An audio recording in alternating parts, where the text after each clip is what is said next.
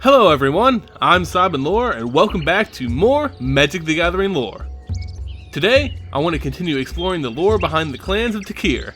As we finally sink our teeth into the expansion, understanding the different clans becomes paramount. So with that, let's begin. The Sultai Brood, a group of decadent and merciless clans who seek only personal gains. These clans embody the ideas of greed and grandeur, taking anything they can while giving as little as possible. The groups which make up the Sultai Brood were once a scattered organization of thieves, criminals, and assassins. These unsavory individuals found safety and solidarity in the thick jungles on the plain of Tarkir. In their new jungle home, the groups flocked together under the banner of self-interest. The jungles may have provided these individuals seclusion from the law, but there were new dangers to be found in their new home. These threats encouraged many to form clans, which would later be known as the Sultai Brood. The Sultai Brood was not the only clan to inhabit the jungles, however. A number of other organizations also operated under the canopy's thick cover. The Sultai, unlike these other clans, did not see itself as just a group of thieves or assassins, but rather, they saw themselves as a culture and society altogether. Soon, the Sultai evolved unique cultural practices and societal norms. The culture placed a lot of emphasis on decadence and the visual aesthetic of material goods. This is a society which is truly ruled by the rich, and getting your own is the primary motivation of many who follow this banner. The Sultai Brood has accepted a number of different races into its fold. Basically, any being which was capable of a dreadful act and sought individual gains were allowed in. These races included humans, Naga, Rakshasa, Siddiqui, vampires, and zombies.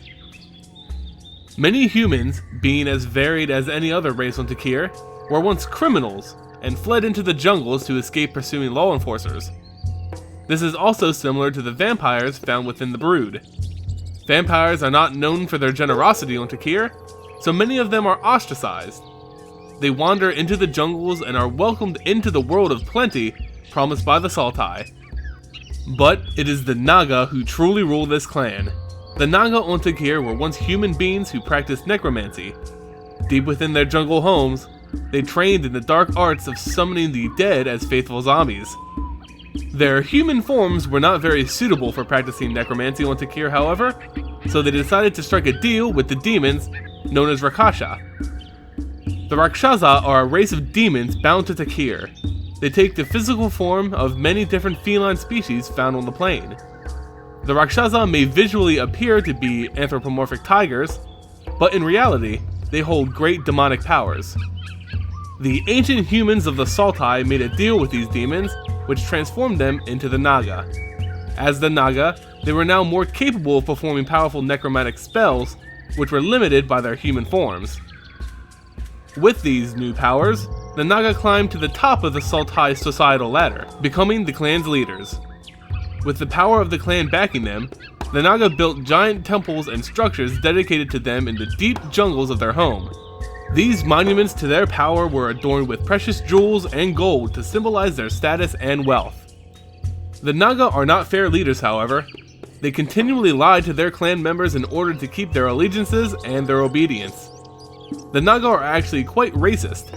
They belittle the worth of the humans who are members of the Brood, despite once being human themselves. The Naga also employ the use of the Siddiqui, which is another group of demons. They gain the favor of the Siddiqui through sacrifices, which the Naga are more than happy to perform on their human members. The Naga leaders command the Siddiqui to conduct magical assaults on their enemies should their powers be insufficient. It takes a truly selfish and powerful Naga to rule among these decadent beings, and none come more greedy than Siddiqui, the Blood Tyrant.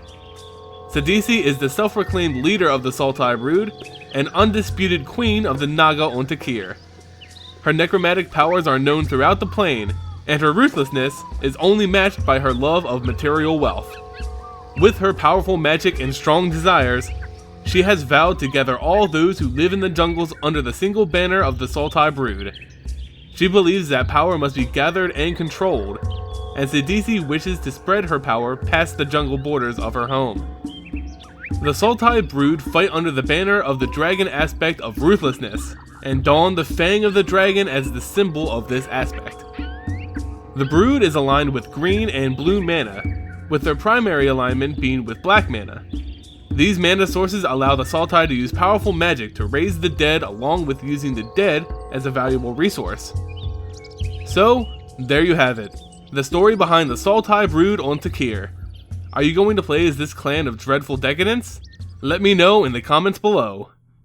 Like and subscribe if you enjoyed this video and want to see more. And as always, thank you for watching, and I'll see you next time.